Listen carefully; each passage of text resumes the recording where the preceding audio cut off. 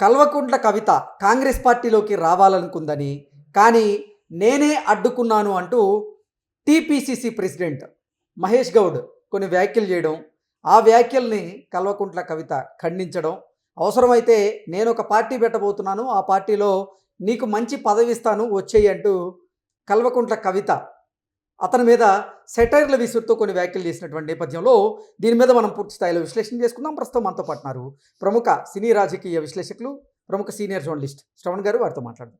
శ్రవణ్ గారు నమస్తే. నమస్తే అండి.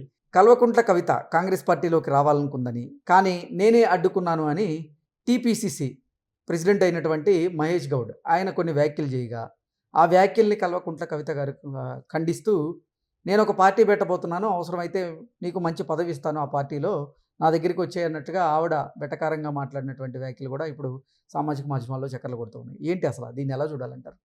తెలంగాణ టీపీసీసీ ప్రెసిడెంట్ మహేష్ నిన్న ఒక వ్యాఖ్య చేశాడు. దాని అర్థం ఏంటి అంటే, కల్వకుంట్ల కవిత గారు మా కాంగ్రెస్ పార్టీలో వస్తానికి సుముక్త చూపింది, వస్తాను జాయిన్ అవుతాను కూడా అంటే నేనే వద్దని ఆపాను అని తాను స్వయంగా ప్రకటించాడు.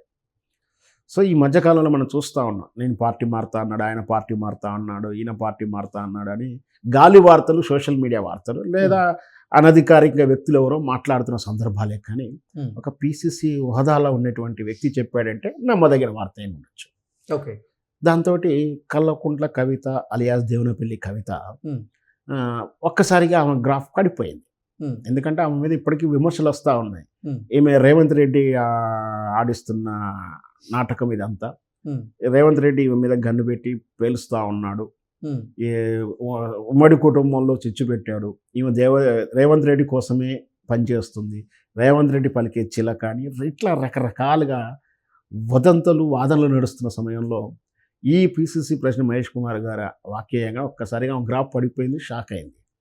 సో దాన్ని తేరుకోవడానికి ఆమె మళ్ళీ కౌంటర్ కూడా ఇచ్చింది. ఇస్తూనే మళ్ళీ మీరు అన్నట్టు, అన్నా మహేష్ అన్న మీరంటే చాలా గౌరవం నాకు, అసలు అది కాదే నేను మీ పార్టీలోకి రావడం ఏంటి, కాదు అసలు నేనే పార్టీ పెడుతున్నా కదా, నా పార్టీలోకి నువ్వు వచ్చేసి మంచి హోదా మంచి పదవి ఇస్తానని చెప్పేసి ఆఫర్ కూడా ఇచ్చింది.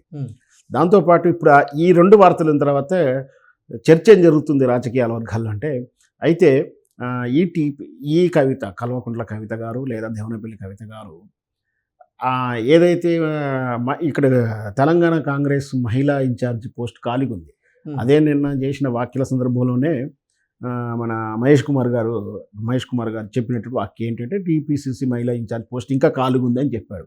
దాంట్లో ఇప్పుడు విపరీత అర్థాలు వస్తూ ఉన్నాయి.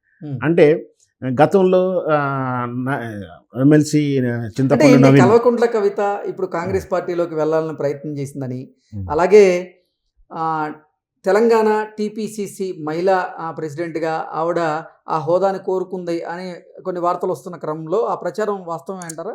ఖచ్చితంగా ఉన్నది. ఎందుకు అదే చెప్పే ప్రయత్నం చేస్తుంది. గతంలో కూడా ఎమ్మెల్సీ చింతపండు నవీన్ అదే తీన్మార్ మల్లన్న వాక్యాలు ఆల్రెడీ చేశాడు.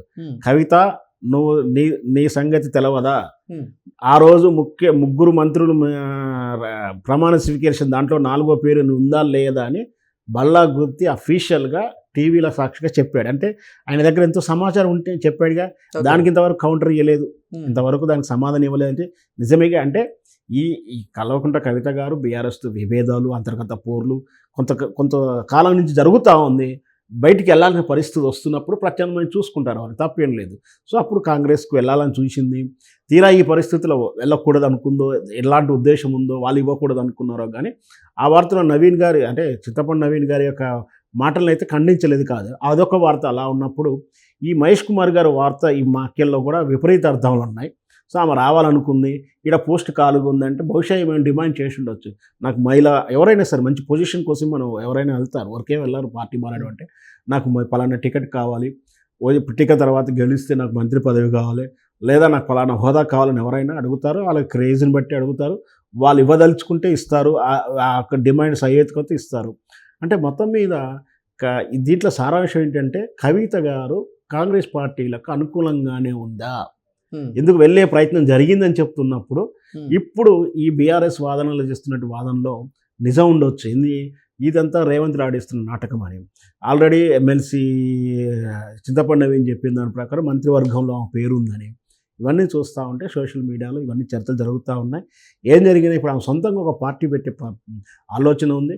రేపు జరగబోయే ఈరోజు మున్సిపాలిటీ ఎన్నికల నోటిఫికేషన్ కూడా వచ్చింది కదా, రేపు జరగబోయే ఎన్నికల్లో ఈమె తమ పార్టీ అంటే మరి పార్టీ పేరు కూడా ఒకటి ఏదో బయటకు వస్తుంది, తెలంగాణ ప్రజా జాగృతి అని.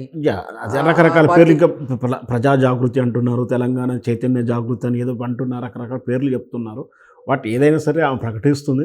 దాని గుర్తు వాళ్ళు ఇస్తారా, సింహం గుర్తు నుంచి చర్చలు జరిగాయని కూడా కొందరు చెప్పారు. తీరా ఆ పార్టీ వాళ్ళు కూడా ఖండించారు. సో ఏది జరిగినా కూడా ఆమె సొంతంగా పార్టీ పెట్టి ప్రజల్లోకి వెళ్ళాలని చూస్తుంది. తీరా రేపు అసెంబ్లీ ఎన్నికలప్పుడు ఎవరెవరితో అలయన్స్ ఉంటుంది, ఎలా ఉంటుందని వెయిట్ చూడాల్సిన విషయం. ఓకే అండి, thank you so much. Thank you.